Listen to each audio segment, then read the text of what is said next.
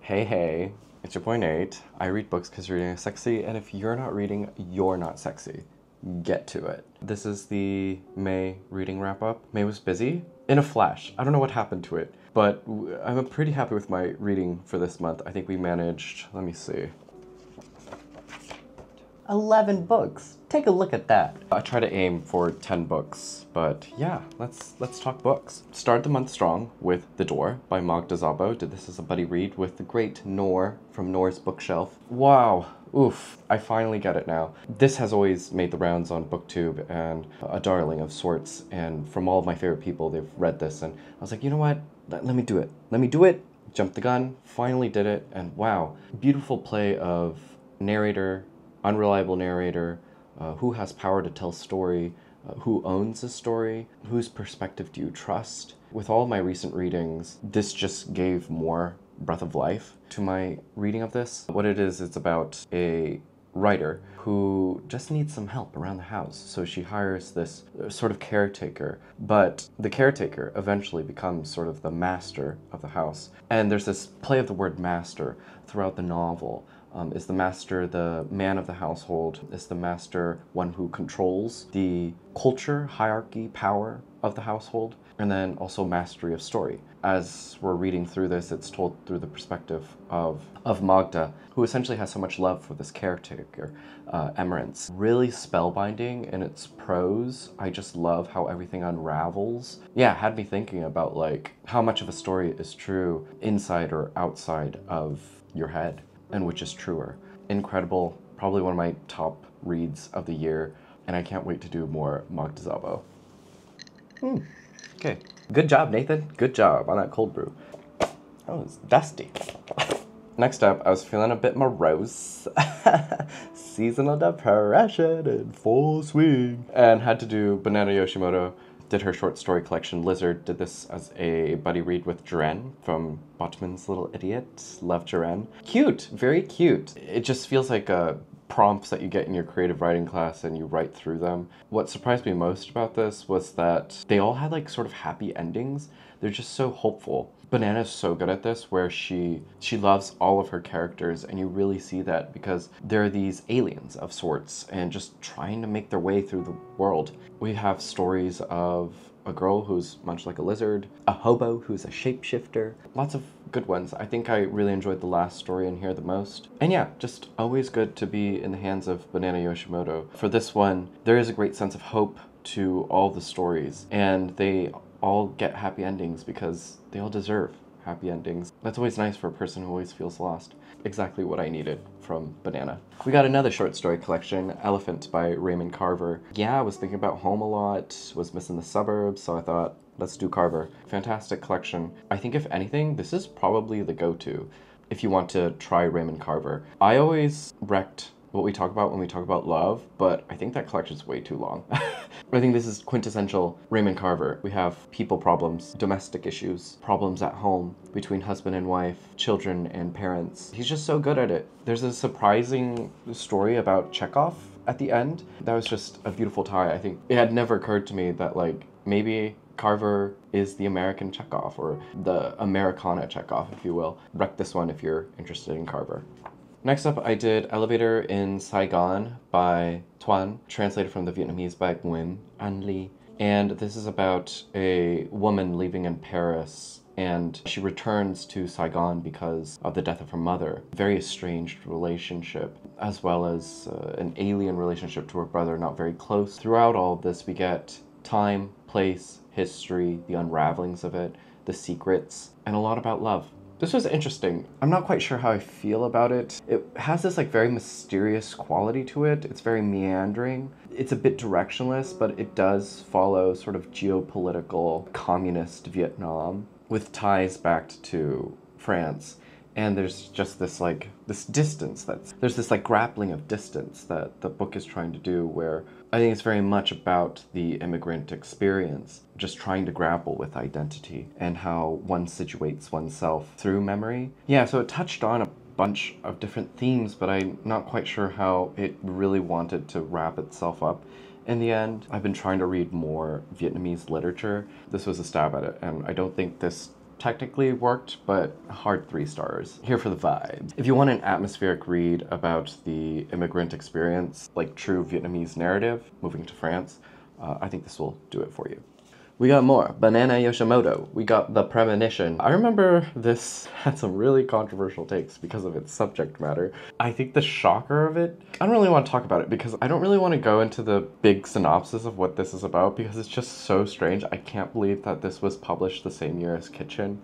Because for Yoshimoto, this is like peak Yoshimoto. It's like perfect in terms of atmosphere, essence, and exactly what I think Yoshimoto wanted to write. Anyway, it's about a girl named Yayoi who goes off to live with her estranged aunt for a bit just to unravel parts of a memory that she's forgotten. Really traumatic. And through that, she finds a particular love, and I'll leave it at that because it'll just make your head turn and turn your whole body into a question mark. You're like, what? Banana, what were you going on about? Very strange though. Peak Banana Yoshimoto. There's just classic loneliness, grief, grappling with all of that. There are just moments in here where ties of the self and nature really envelop into that like longing and yearning that she's just so good at. Really short, sweet, and yeah, I think I finished this in an afternoon. Next up is an e-arc. This literally took me a month to finish. Month and a half, really. It's like 384 pages. It's Tramps Like Us by Joe Westmoreland. This is being published by MCD, out June 3rd. There's a foreword by Eileen Myles. And I think they're the perfect person to write this because this is basically about a bildungsroman of a boy who runs away from home to travel around the gay meccas during the AIDS crisis, dealing with AIDS, drug use, parties, all the great galore of the 70s and 80s. And yeah, that's really all it is. And it goes on for about 400 pages. What I think is so special about this one, though, is that it is really archival. It's a piece of history that I don't think we get a lot. And it really is like field notes to all of these different gay meccas. We travel all the way to New York, Louisiana, eventually ending up in San Francisco, then LA. Really, really special because places like the Stud and the Eagle were mentioned in the book. Really queer iconic places in San Francisco, if you know, you know. Funny to see those and how they've lasted through time. Because in my own queer awakening, I also went to those places and found a bit of myself. It goes on for way too long. There's a bunch of sex in it, but like for their time, there wasn't social media, the apps, and everything to meet people. It was really still something that was hidden, and you had to hide yourself, and it is about survival, and eventually about the survival of AIDS. And the end is really poignant because it deals with so much grief, but also by the end, the character is much older. It is just about oneself looking back and honing in on all the ways that queer awakening and sexual awakening and liberty and freedom and how you've all found that in secrecy is really special. Yeah, so in an anthropological, archival way, this is really special. I guess the same way is how I feel about Chelsea Girls by Eileen Myles, where I didn't necessarily enjoy the experience, but I realized the very importance of the way Eileen captured the very essence of what it meant to be alive as a queer person way back when. For all my young gays out there, do this one. Respect your elders. Give back to history. Okay, next up I did 8 Lives of a Century-Old Trickster by Marinae Lee. At the Golden Sunset Retirement Home, we have a woman who essentially writes out the obituaries and finalizes drafts for wills and such for all of these people near the end of their lives. One of which is Grandmother Mook, about to be 100, and she relays her life to her in essentially 8 different lives. True or not, we do not know, but all exists in the story of mythology, the importance of storytelling,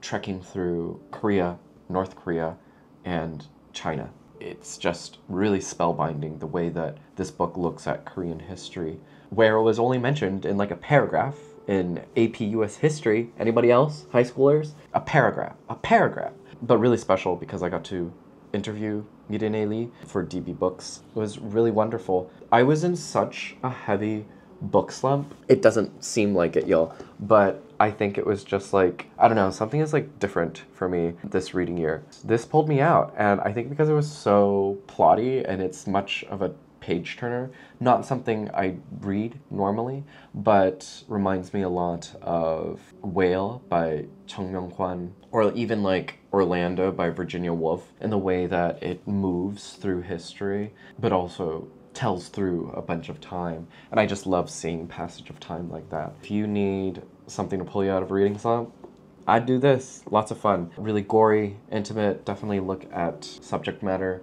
because it is about comfort women. Sheds light on history that is sadly much not realized and forgotten. So very important, I think, and plays into the importance of oral storytelling as well. And thank you, Marinae, for even being able to speak with me about this. Love you. Okay, next book. I don't have it with me because I hated it. I did not want that book in my sight, not on my bookshelf, nowhere. Pawned it off. It is Ticket to Childhood by Nguyen, and this is a little coming-of-age story about a Vietnamese boy in Vietnam. Tells the story of a very heteronormative relationship, the roles of what a man and a woman should be. Just has the corniest jokes in it. And I think just like the style, the sort of adolescent way it tells the story just didn't work for me. It very much feels like my drunk uncle at the family party just telling a bunch of stories that nobody cares about. Like, I'm there and I'm like, why should I care? Like, why am I here? I want to go home. I was not particularly fond with this. What I will say is Do Huang Tung is the illustrator of the book, and they're done in these like really smudgy, pencil-drawn, like cutesy doodles that you would normally see in like, say, your college-ruled notebook, boarding class, sort of like that. And just really whimsical. I think it tells a better story than the book itself. And don't you love that? I think that's why picture books exist. Yeah, I was just really disappointed with this. Again, wanted to do more Vietnamese literature, and I just think these two picks were just not it. Ticket to Childhood and Elevator in Saigon. Anyone has any recs on like true Vietnamese literature, let me know, because I want to know. I think I've done my fair share of Vietnamese American literature, but I just like, I haven't read from Vietnam in that region, and I just want to know. I want to know, okay? I've done Viet Thanh Nguyen, but yeah, if anybody has any recs, let me know. Next up, I did No Name in the Street by James Baldwin, because I've been in such a slump. I was like, you know what? Let me read from my favorite authors, and never misses, never misses. I need to do more fiction from Baldwin, but I really enjoyed this essaic memoiric work. The beginning essay is basically a look back on his family life, his mom and dad, basically his upbringing. He goes back home. This is after spending so much time as an expat in Paris. He really talks about the strange, like, interior external difference that he feels going back home. He feels very much different from his brothers and sisters, members of his own community. It's still such a strange time because the issues at hand, you know, civil rights movement and everything, they were still big issues, and he just didn't know how to situate himself throughout all of this, even with his time away. The later essay is really interesting because it talks about still the ongoing issues, more so political matters, talks a lot about Malcolm X as well, his sort of like love-hate appreciation for Malcolm X. Yeah, it's just really interesting to see what other people had to say about other people during this time. Done with still that like amazing electric prose that he's known for, and this thing is like soaked in highlighter ink. But I enjoyed this so much. Definitely pulled me out of my slump, and it's still sad actually to see the issues mentioned in this book still prevalent now. Really sad because there's an afterword by Baldwin in the book where he says this is still a book that must be written and will constantly be written because these issues are still here. Violence against the black body, its survival, and this carelessness in America that I think has just come back in full resurgence with current political issues, our current president, so on and so forth. ICE, it's really, really sad.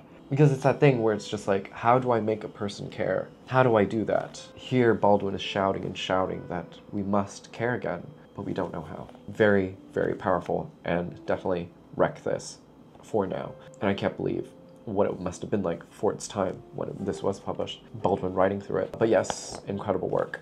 Never miss with James Baldwin.